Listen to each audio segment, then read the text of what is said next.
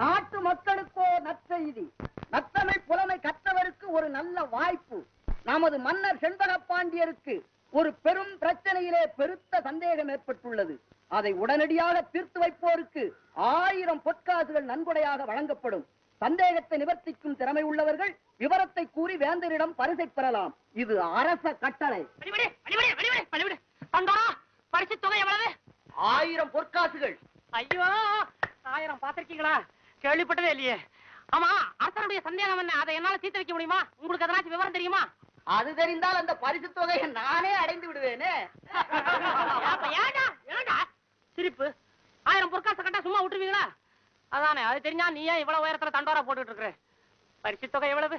1000 பொற்காசுகள். ஐயோ, நான் என்ன பண்ணுவேன்? யார கேட்பேன்? சொக்கா!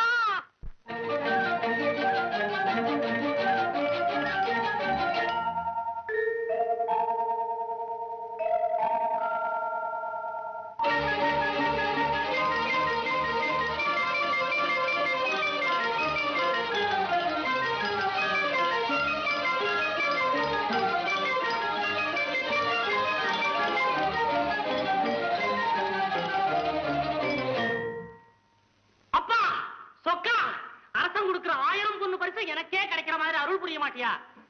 உன் காதல் விழுவாதே. தாயே மீனாட்சி! என்னையா கூப்பிட்டீங்களா? கூப்பிட்டா போ. பாத்தியா பாத்தியா மீனாட்சி, நான் கூப்பிடும் போதெல்லாம் மத்தவங்க தான் திரும்பி பாக்குறாங்களே தவிர நீ திரும்ப மாட்டேங்கிறியே. மீனாட்சி, என்ன மட்டும் ரட்சி. நல்முத்து பஞ்சனை மேல் நீ இருக்கும் வேளையிலே, நீ எங்க தனியா இருந்த? நல்முத்து பஞ்சனை மேல் நாதனுடன் நீ இருக்கும் வேளையிலே, நீ சொல்முத்து சொற்களாலே எந்த குறை தீர்க்க சொன்னால் உன் வாயமுத்து சிந்திடுமா வாழ்வழிக்கும் அம்பிகையே.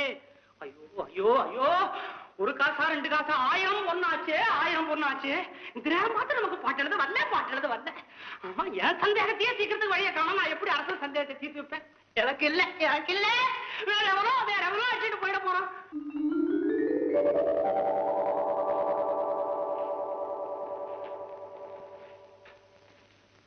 ஐயா போய புலவரை. யார் அது? அழைத்தது நான் தான். ஏன் அழைச்சீங்க? யாருங்க நீங்க? சொற்சுவை பொருட்சுவை அனைத்தும் கூட்டி சுந்தர தமிழினிலே பாட்டு செய்து செந்தமிழ் கவி பாடும் புலவன் நான். நம்ம ஜாதியா தண்டோரா போடுறது நீங்களும் கேட்டாச்சா? ஏன் வயிற்றுல அடிக்கிறதுக்காக வந்திருக்கீங்க? அப்போ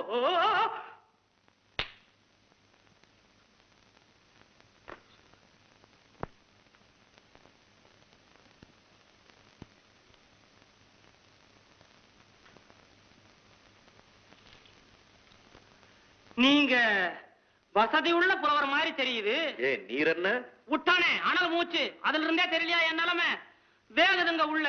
ஓஹோ, அதனால்தான் ஆண்டவனிடம் முறையிட்டு புலம்பிக் கொண்டிருந்தீரோ? ஆமா ஆமா, மனுஷங்கிட்ட சொல்லி ஒரு புண்ணியமும் இல்ல, ஆண்டவன் கிட்டதான் அழுது புலம்புறதுன்னு ஒரு முடிவுக்கு வந்துட்டேன். நீ புலம்பியது என் காதில் விழுந்தது. சரிதான், ஒளிஞ்சிருந்து ஒட்டு கேட்டு இருந்திருப்பீங்க. ஒட்டு கேட்கும் பழக்கம் எனக்கு இல்லை அப்பா. நான் உன் எதிரிலேயே இருந்தேன். ஓஹோ, சரி சரி, நான் கண்ணை மூடிட்டு சாமி கும்பிடும் போது முன்னாடி வந்து நின்றுப்பீங்க, நான் பார்த்திருக்க மாட்டேன். உண்மை, கண்மூடித்தனமாக இருப்பவர்களுக்கு நான் தென்படுவதில்லை. அட என்னங்க ரொம்ப கடவுள் மாதிரி பேசுறீங்க. அதுவும் உண்மை, நான் முற்றும் கடந்தவன்.